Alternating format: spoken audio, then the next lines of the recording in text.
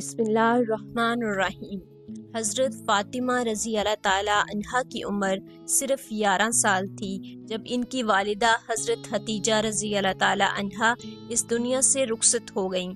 इनकी वफ़ात के बाद हज़ूर अकरम सल्लल्लाहु अलैहि वसल्लम बहुत रंजीदा रहने लगे, क्योंकि हज़रत हतीजा न सिर्फ इनकी ज़ोजा थीं बल्कि इस्लाम कबूल करने वाली सबसे पहली खातून भी थीं। हज़रत फ़ातिमा भी इस सदमे से बहुत मुतासिर हुईं, क्योंकि इनकी वालिदा इनसे बेपनाह मोहब्बत करती थी और फ़ातिमा भी अपनी माँ से बहुत मोहब्बत करती थी। एक दिन हज़रत फ़ातिमा को अपनी वालिदा की बहुत याद आई।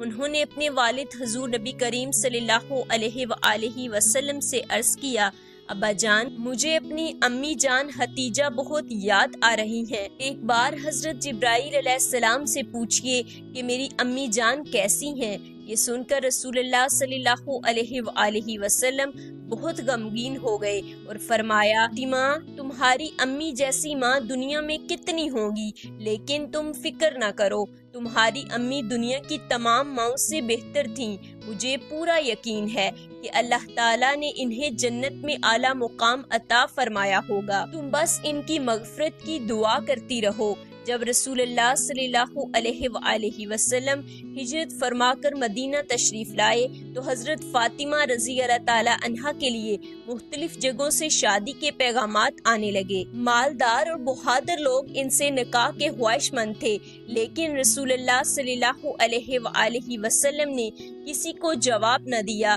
फिर खुद रसूलुल्लाह सल्लल्लाहु अलैहि वसल्लम ने हज़रत अली रज़ी अल्लाह ताला अन्हो से निकाह की बात की और पूछा, अली, तुम्हारे पास मेहर अदा करने के लिए क्या है? हज़रत अली ने अर्ज़ किया, या रसूलल्लाह, मेरे पास सिर्फ एक घोड़ा है, इसकी ज़ैन और लोहे का एक हथियार है। रसूलुल्लाह सल्लल्लाहु अलैहि वसल्लम मुस्कुराए और फरमाया, अली, तुम अपना वो हथियार बेच दो। हज़रत अली ने वो हथियार बेचकर मेहर अदा किया। फिर मस्जिद में निकाह हुआ, जिसे खुद रसूलुल्लाह सल्लल्लाहु अलैहि वसल्लम ने पढ़ाया। निकाह के वक्त रसूलुल्लाह सल्लल्लाहु अलैहि वसल्लम ने फरमाया, अली, मैं अपनी बेटी फ़ातिमा का निकाह तुमसे करता हूँ, तुम्हें कबूल है? हज़रत अली ने कहा, अल्हम्दुलिल्लाह, मुझे कबूल है। चूँकि हज़रत अली के पास रिहाइश के लिए कोई घर नहीं था, शादी के बाद हज़रत फ़ातिमा अपने वालिद के घर ही रहने लगी।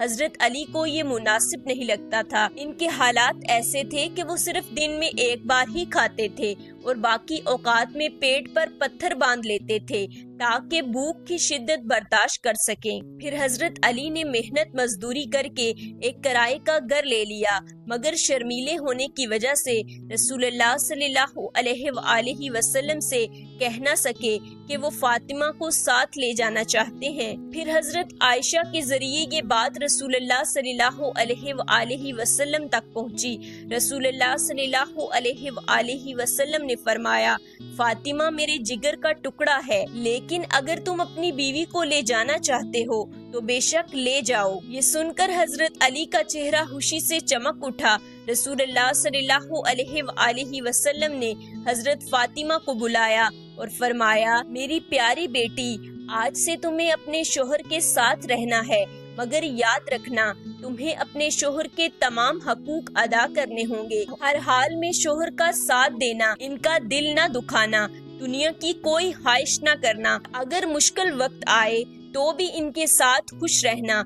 अगर शोहर नाराज हो जाए तो अल्लाह भी नाराज हो जाएगा, और अगर खुश रहे तो अल्लाह भी खुश रहेगा। हज़रत फ़ातिमा ने अपने वालिद की तमाम नसीहतों पर अमल किया और अपनी जिंदगी हज़रत अली की हिदमत करते हुए गुजारी। नाज़रीन, मैं उम्मीद करती हूँ कि आपको हमारी आज की वीडियो पसंद आई होगी।